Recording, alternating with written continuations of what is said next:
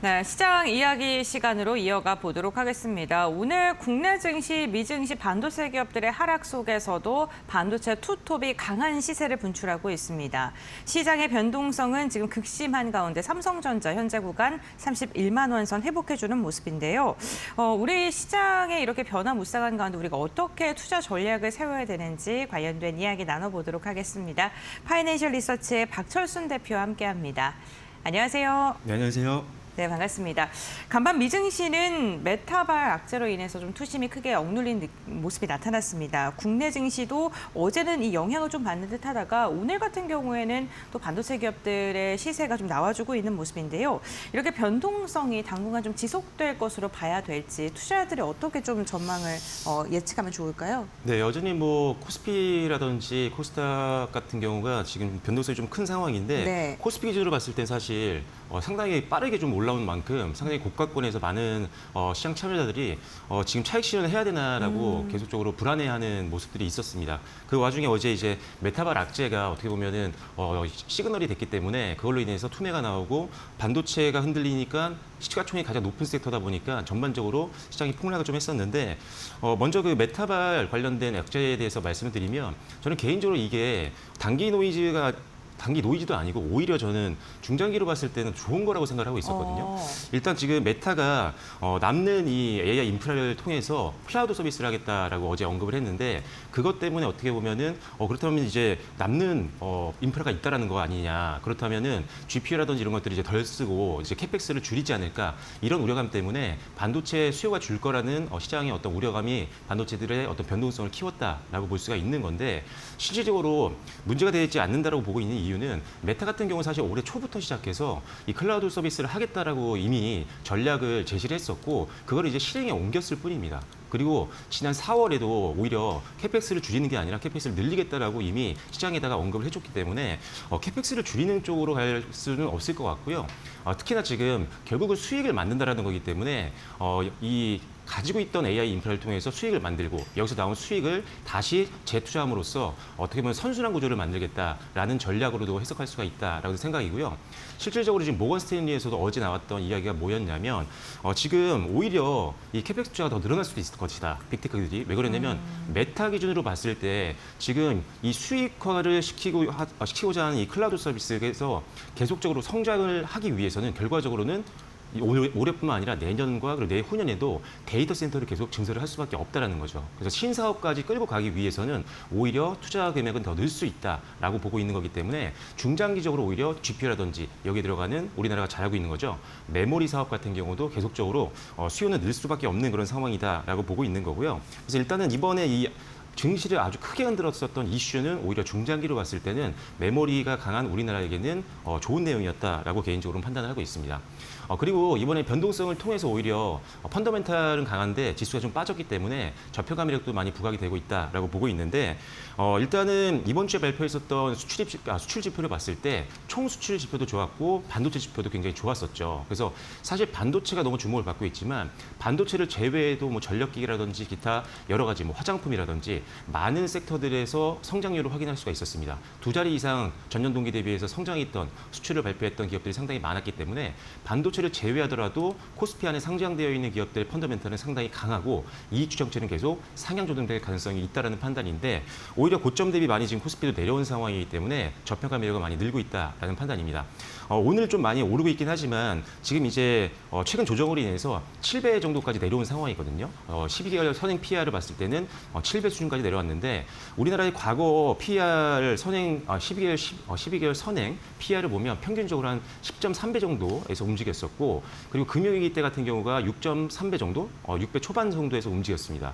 이걸 감안했을 때 지금 과연 이게 비싸다고 할 수 있을까? 그래서 코스피 기준으로 봤을 때는 일단 아직도 저평가 구간이기 때문에 7월 달에 변동성은 중간중간에 이런 노이즈가 있을 때마다 흔들릴 수 있어도 점진적으로 지금의 낙폭을 회복하는 흐름들이 나올 가능성이 있다는 판단이기 때문에 개인적으로는 지금 흔들렸던 반도체 종목들이라든지 이런 종목 다시 반등이 나오고 있으니까요. 일단은 보유자분들 같은 경우는 홀딩하시는 게 좋을 것 같고요. 그리고 7월 회복 회복세를 기대하면서 만약에 반도체주를 매수하시는 분들이라면 분할 매수 관점에서 접근하시는 게 좋을 것 같습니다. 일단은 뭐 삼성전자 실적 발표라든지 SK하이닉스라든지 아니면 미국의 빅테크 기업들 같은 경우도 실적 발표를 앞두고 있는 상황이기 때문에 여기서 이제 어떤 캐펙스 투자가 계속 지속되고 있고 그다음에 우리나라 기업들이 실적을 잘 낸다라고 한다면 반도체 지금의 낙폭을 7월 달에는 어느 정도는 회복할 수 있다는 판단이어서 반도체 종목들은 계속적으로 좀 홀딩 관점 말씀드리도록 하겠습니다. 네, 반도체 관련된 기업들의 뭐 실적 발표라던가 이런 걸 좀 확인하면서 변동성이 나타나긴 하겠습니다만 여전히 좀 긍정적이다라고 평가를 해주셨습니다. 삼성전자와 SK하이닉스 현재 구간 지금 8%, 11%가량 강세 움직임 확인이 되고 있는데요.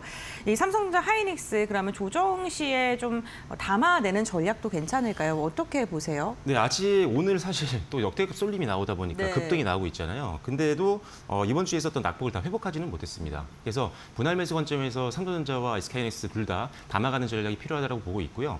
일단은 앞서 말씀드린 것처럼 실적 발표라든지 이런 것들이 이번 달에 이제 있기 때문에 확실한 이 이익 증익을 우리가 확인한다라고 한다면 충분히 낙폭을 회복하면서 지금 관점에서 접근해도 충분히 수익권에서 나올 수 있는 가능성은 있다라는 판단입니다.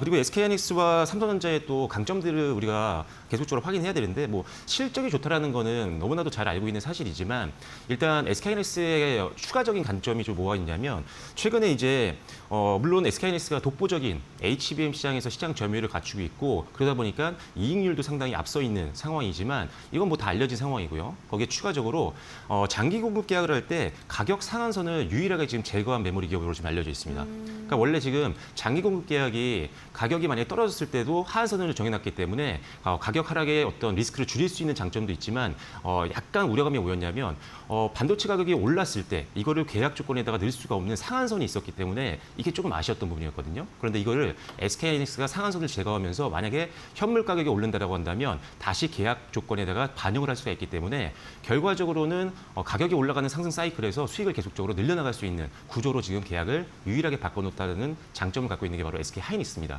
그래서 일단 SK하이닉스 이런 것들이 굉장히 기대감이 좀 있는 거고요. 마이크론 같은 경우는 사실 가격 상한선이 있어요. 올해 2분기 때 가격으로 상한선을 정해놨기 때문에 만약에 여기서 가격 인상이 계속 나온다라고 한다면 마이크론은 이익의 어떤 상승 룸이 막혀 있는 거죠. 하지만 반대로 SK하이닉스는 그런 게 아니기 때문에 마이크론 대비 좀 더 강점이 있다라고 볼 수가 있고 삼성전자는 아직 조금 더 이 부분에 대해서 계약 조건을 좀 확인을 해봐야 될 것 같은데 그래도 비싼 쪽으로 흘러가지 않을까라는 생각은 있습니다. 아무래도 두 회사가 거의 독보적인 지위를 갖고 있기 때문에 하지만 이 부분은 확인이 좀 필요하고요. 다만 그 외에도 삼성전자가 강점을 많이 갖고 있죠. 일단 범용 디램과 낸드 쪽에서는 구동의 캐파가 가장 큰 회사이기도 하고 시장 점유율도 역시나 올해뿐만 아니라 내년까지도 계속 1위가 유지될 가능성이 있기 때문에 이 부분이 강점이다라고 보실 수가 있을 것 같고 그리고 파운드리 쪽이 사실 계속적으로 좀 적자가 지속이 됐기 때문에 안 좋았지만 지금 드디어 기회가 왔고 올해 하반기 때 흑자 전환까지도 바라보고 있는 상황입니다. 그 이유는 뭐냐면 일단 기본적으로 TSMC가 위탁 쪽에서는 너무나도 독보적인 점유율을 갖고 있지만 TSMC 같은 경우도 지금 병목 현상이 있다 보니까 빅테크들 같은 경우가 멀티벤더 전략을 쓸 수밖에 없는 상황이에요. 왜냐하면 여기다가만 맡겼다가는 물건을 못 받아서 사업을 진행할 수 없는 상황이 벌어질 수도 있기 때문에 만들 수 있는 회사 당연히 삼성전자밖에 없잖아요. 거기에 추가적으로 삼성전자는 메모리까지 줄 수 있는 능력이 있는 유일한 회사이기 때문에 여러 가지 면에서 빅테크들 같은 경우가 삼성전자의 파운드리를 이용할 확률은 계속 높고요. 하반기 때 지금 수익이 이제 흑자로 전환할 수 있다는 기대감은 이미 가동률이 80%까지 올라온 상태이기 때문에 하반기 때 흑자 전환은 그렇게 어렵지는 않을 것 같습니다. 다만 성과급 이런 것들이 반영이 된다라고 하면은 숫자적으로 봤을 때는 적자가 유지가 될 수는 있겠지만 그거를 빼고서 보셔야 돼요. 왜냐하면 이제 흑자로 가는 구조라는 거, 이익이 성장하고 있는 것들만 확인이 되면 이제는 적자가 없어지는 특히 이 악재가 없어지는 거기 때문에 이 부분이 가장 강점이라고 보여집니다. 그래서 이런 것들을 봤을 때 역시나 SK하이닉스와 삼성전자는 충분히 다시 한번 고점까지 돌파 가능성이 있으니까요. 계속적으로 뭐 홀딩해 보시고 추가적으로 분할 매수 관점에서 계속 여러분들이 접근을 한번 고려해 보시면 좋을 것 같습니다. 네, 삼성전자와 SK하이닉스에 대한 투자 전략과 투자 포인트를 좀 짚어주셨는데 뭐 여전히 글로벌 시장에서 인정받고 있는 기업이다라고 이야기해 주시면서 지금 분할 매수 접근 두 종목 모두 다 유효하다라고 이야기를 해주셨습니다. 반도체 기업들이 급등락을 반복하면서 기판 관련된 기업들 역시나 좀 동조화돼서 움직이는 현상이 나타나고 있습니다. 삼성전기 같은 경우에 오늘 개장 직후에 낙폭을 그리다가 현재 구간 상승으로 좀 돌아선 모습 나타나고 있는데요. 이 이런 기판 관련된 기업들 반도체랑 같이 실적에 대한 기대감이 지금 너무 큰 상황이잖아요. 네. 뭐 그러면 이쪽도 좀 긍정적으로 바라보고 계실까요? 사실 당연히 긍정적입니다. 지금 네. 쇼티지가 장기화될 걸로 보고 있는 상황이기 때문에 역시나 기대감이 있는데 어제 같은 경우 또 이제 급락이 나왔던 이유가 역시나 똑같은 이유였습니다. 메타발 악재가 나오다 보니까 반도체 쪽에 대한 어떤 AI 버블에 대한 우려감이 좀 커졌던 거고요. 그렇다면 AI 쪽에서 수요가 줄어들게 된다고 하면 여기에 들어가는 기판 회사들 같은 경우도 타격을 받을 수밖에 없기 때문에 어제 반도체주와 함께 기판주도 상당히 낙폭이 좀 컸던 모습들을 확인했었고 오늘도 사실 변동성이 참 컸지만 삼성전자와 SK하이닉스가 다시 한번 재반등에 성공을 하면서 기판주도 낙폭을 줄이는 모습들 그리고 하락에서 지금 상승으로 전환하는 기업들도 많습니다. 오늘 같은 경우는 지금 심텍과 그다음에 TLB 정도가 지금 상승 전환을 해서 각각 3%대 그다음에 8%대 급등까지 나오고 있는 상황이거든요. 일단 기본적으로 2026년도 하반기까지는 일단 기판 쇼티지에 대한 기대감이 굉장히 높아지고 있는 상황이다 보니까 어떻게 보면은 지금 쇼티지가 지속이 될 수밖에 없다라고 업계에서 보고 있는 가운데 돈을 지금 많이 벌고 있는 메모리 회사가 가격을 또 인하하거나 이런 우려감은 없다라고 보거든요. 왜냐하면 어제 같은 경우도 빠졌던 이유 중에 하나가 가격을 좀 인하할 수 있는 거 아니냐 기판 가격을. 근데 지금 그러기에는 기판에 대한 어떤 미래의 전망치 공급량이 좀 제한되어 있고 수요는 늘 수밖에 없는 상황이기 때문에 돈을 잘 벌고 있는 메모리 기업들이 가격을 좀 낮출 확률은 굉장히 낮다라는 거죠. 그래서 그런 면에서 가격이나 리스크는 거의 없다라고 보고 있는 게 맞는 것 같고요. 그리고 추가적으로 3사 같은 경우 메모리 3사 같은 경우 증설을 지금 안 하겠다라고 한 적도 없고 증설 규모를 줄이겠다라고 한 것도 아니고 특히나 지금 삼성전자와 SK하이닉스는 우리나라 3대 메가 프로젝트라든지 여러 가지 지금 사업들이 더 크게 진행이 되고 있기 때문에 생산량이 많아지게 되면 여기에 들어가는 기판들도 당연히 수요가 늘 수밖에 없는 거라고 보시면 될 것 같습니다. 그래서 일단은 전방 산업은 지금 수요가 더 늘 수밖에 없는 환경으로 계속 바뀌고 진화를 하고 있는 상황이기 때문에 기판 관련된 기업들은 계속적으로 지켜보시면 좋을 것 같고요. 기판 쪽 같은 경우도 지금 공급량이 굉장히 제한적이기도 합니다. 특히나 이제 FC BJ처럼 고부가 가치의 어떤 기판들 같은 경우는 생산량이 많이 생산량이 굉장히 제한적인 상황이기 때문에 이 가격이 계속적으로 인상될 가능성도 있고요. 반도체 쪽과 비슷하게 이 장기 공급 계약까지도 이제 갈 수 있는 확률들이 굉장히 높아지고 있는 상황입니다. 특히나 이제 심텍 같은 경우가 지난 3월에 예전에 일단은 마이크론과 이제 단일 공급 계약 체결을 했었는데 이때 1,000억 단위 계약을 했었어요. 근데 실제로는 사실 이렇게까지 큰 단위로 계약을 안 했는데 그만큼 기판이 필요한 회사 같은 경우가 더 많은 돈을 주고 더 많은 기판을 가져가려고 하는 겁니다. 왜냐하면 앞으로 쇼티지가 나올 확률이 높기 때문에 물량을 더 빠르게 좀 가져오려고 하는 전략이라는 거죠. 그렇게 되면 결과적으로 반도체처럼 장기공급 계약까지도 갈 수 있는 상황이 벌어질 수 있기 때문에 이런 것들이 확인된다고 한다면 역시나 기판 쪽 같은 경우는 중장기로도 실적의 안정성을 찾을 수도 있고요. 그다음에 추가적으로 가격 인상도 할 수 있는 가능성이 높아지기 때문에 기판주는 계속 보는 게 좋겠다라는 관점입니다. 그래서 지금도 많이 올라오지 않았습니다. 하락폭을 많이 만회하지 못한 종목들도 많기 때문에 이런 종목들 같은 경우도 지금 매수의 기회로 활용하시면 좋을 것 같고요. 개인적으로는 기판주 말씀드릴 때 항상 신텍을 좀 우선적으로 말씀드리고 있는데 그 이유는 간단합니다. 기판 쪽 기업들이 다 지금 업황이 굉장히 좋은 상황이지만 심텍 같은 경우는 소캠2 쪽에서 지금 점유율이 굉장히 높고요. 실질적으로 이제 매출이 올해부터 지금 나오고 있는 상황이기 때문에 소캠2용 전용 기판 쪽에서 50% 이상 시장 점유율을 가져간다라고 한다면 실적의 성장폭이 가장 높을 것으로 예상하고 있어서 일단 심텍 같은 경우 지금 전저점에서 반등이 조금씩 나오고 있는 구간이니까요. 다시 한번 16만 원 정도 선이죠. 최고점까지 한번 노려보시면서 단기 트레이딩도 한번 고려해 보시면 좋을 것 같습니다. 네, 알겠습니다. 기판 여전히 전망에 대해서 긍정적으로 제시해 주시면서 심텍 말씀을 해주셨습니다. 전일 한 20%가량 급락세 나온 뒤에 오늘 13만 원 선 회복을 위해 힘써주고 있고요. 어제 시장이 빠지는 가운데서도 기관의 매수세가 꾸준하게 들어오고 있다는 점도 참고해 보시면 좋겠습니다. 이렇게 시장이 흔들리는 이유 중에 하나가 이 단일 종목 레버리지 ETF가 상장되고 나서 그쪽으로 매수가 좀 쏠리면서 변동성이 확대되고 있는 영향도 있을 겁니다. 결국에는 이 ETF가 출시되고 나서 시장의 건강성을 좀 해쳤다? 이러한 이야기도 나오고 있고 좀 논란이 좀 지속되고 있는데요. 어떠한 문제점을 가지고 있길래 이렇게 지적이 나오는 걸까요? 사실 이 단일 종목 레버리지 ETF가 나왔던 거는 환율을 좀 잡겠다라는 이 명분도 있었거든요. 그러다 보니까 좀 급하게 출시된 것들이 있는데 오히려 출시된 이후에 환율 방어는 하지 못하고 있는 상황이잖아요. 지금 계속적으로 고가권에서 움직이고 있는 상황이기 때문에 이 부분은 좀 아쉬웠던 부분이었고 처음으로 이제 단일 종목 레버리지를 출시하는 거다 보니까 조금 보수적으로 출시한 것도 맞습니다. 일단 시장에서 많이 알려져 있는 종목군들 그리고 선물 유동성이 좀 풍부한 종목을 찾다 보니까 결국은 우리나라 탑2죠. SK하이닉스와 그다음에 삼성전자를 일단 출시를 할 수밖에 없었는데 이렇게 두 종목으로 이제 레버리지를 출시하다 보니까 결과적으로 상품이 14개가 쏟아졌습니다.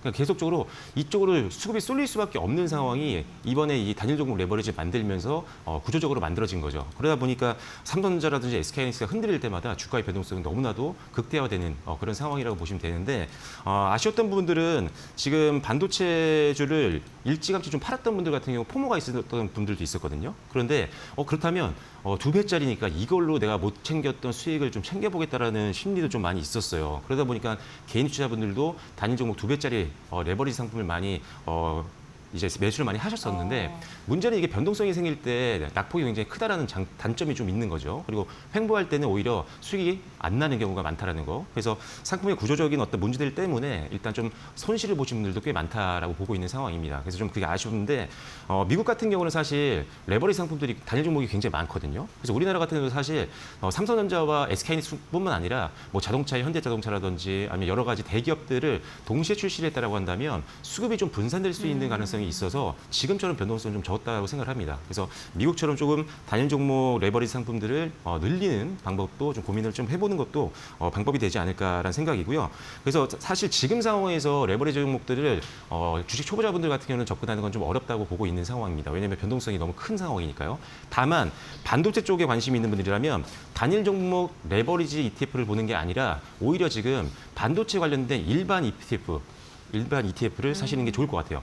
왜냐하면 지금 반도체 종목들 보시면 오늘 같은 경우도 오르는 종목과 안 오르는 종목들이 극명하게 나뉘고 있는 상황이거든요. 그래서 종목을 잘못 고르면 단기간 내에 수익을 낼 수도 있겠지만 내지 못하는 경우가 생길 수가 있습니다. 그럼 이제 소외감을 느낄 수가 있기 때문에 오히려 분산 투자를 한 단일 종목이 아니라 분산 투자가 되어 있는 일반 반도체 관련된 ETF를 사시는 게 훨씬 더 안정적인 변동성에도 좀 안정적일 수 있고 그다음에 시장 평균보다는 조금 더 안정적인 수익도 창출할 수가 있기 때문에 초보자분들 같은 경우는 반도체 ETF도 한번 담아보시면 좋겠다라고 말씀드리겠습니다. 네, 알겠습니다. 레버리지 ETF와 관련된 이야기를 해봤고요. 이렇게 시장이 흔들리면서 최근에 좀 경기 방어주 성향 있는 섹터를 중심으로 해서 빠른 순환매가 나오고 있는 모습도 포착됩니다. 어떠한 섹터들 저희가 보면 좋을까요? 일단 은행주가 어제 오늘 좀 강한 모습들을 보이고 있잖아요. 일단 지금 현재 고금리의 환경이 사실 은행주 같은 경우는 뭐 순이자 마진이라든지 이런 것들 때문에 실적에 상당히 도움이 될 수 있는 그런 상황이어서 환경적으로 좋고 그다음에 어떻게 보면은 또 이제 자사주 매입이라든지 이런 주주 환원 정책의 가장 큰 또 적극적인 업체다 보니까 일단 은행주 같은 경우는 변동성장에서는 일부 지분을 확보해 놓는 것도 괜찮다라고 보시면 될 것 같고 엔터주 같은 경우는 최근에 이제 저평가 매력이 다시 한번 부각이 되고 있습니다. 이제 대형 IP들이 이제 컴백을 해서 실적이 나오고 있는 상황이고 비용이 많이 들었던 저연체 아티스트들도 실적으로 이제 기여도가 높아지고 있는 상황이기 때문에 작년 대비했을 때 올해 실적의 어떤 성장률이 굉장히 높다라고 평가받고 있고 주가는 지금 역대급으로 저평가된 구간이기 때문에 엔터주 같은 경우도 중장기로 한번 담아보시면 좋겠다라고 말씀드리겠고 그 안에서는 역시나 BTS 효과가 있는 하이브와 그다음에 음원 쪽에서 강자로 군림하고 있는 YG 플러스 지켜보시면 좋을 것 같고요. 마지막 화장품인데 수출이 굉장히 많이 늘어나고 있습니다. 지금 화장품 수출액이 지난달만 해도 1년 전보다 한 40% 정도 늘었거든요. 그만큼 수출이 확실히 눈으로 보이는 기업은 실적에 대해서 걱정할 필요가 없습니다. 그런데 화장품도 마찬가지지만 수급 쏠림으로 인해서 주가가 많이 조정을 받았던 섹터였기 때문에 지금 매수하기 좋은 종목들이 많습니다. 그 안에서도 위탁 기업들 같은 경우는 실적이 좀 안정적이라는 장점이 있어서 뭐 코스메카 코리아나 코스맥스, 한국콜마 이런 기업들은 지금도 관심 있게 보시면 좋을 것 같고요. 그다음에 일단 펌텍 코리아가 오늘 좀 강하게 반등을 좀 해주고 있는데 용기를 만드는 회사다 보니까 K뷰티가 잘 나가게 되면 역시나 용기 회사들도 매출이 함께 병행해서 올라가는 구조입니다. 주가가 많이 조정받았으니까요. 펌텍 코리아도 한번 보시면 좋을 것 같고 유통 관련해서는 실리콘투까지 한번 여러분들이 지켜보시면 좋을 것 같습니다. 네, 알겠습니다. 오늘 박철순 대표와 함께 변동성이 극심해지는 시장 속에 우리가 어떠한 섹터를 바라봐야 되는지 이야기 나눠봤고요. 오늘 말씀은 여기까지 듣도록 하겠습니다. 고맙습니다.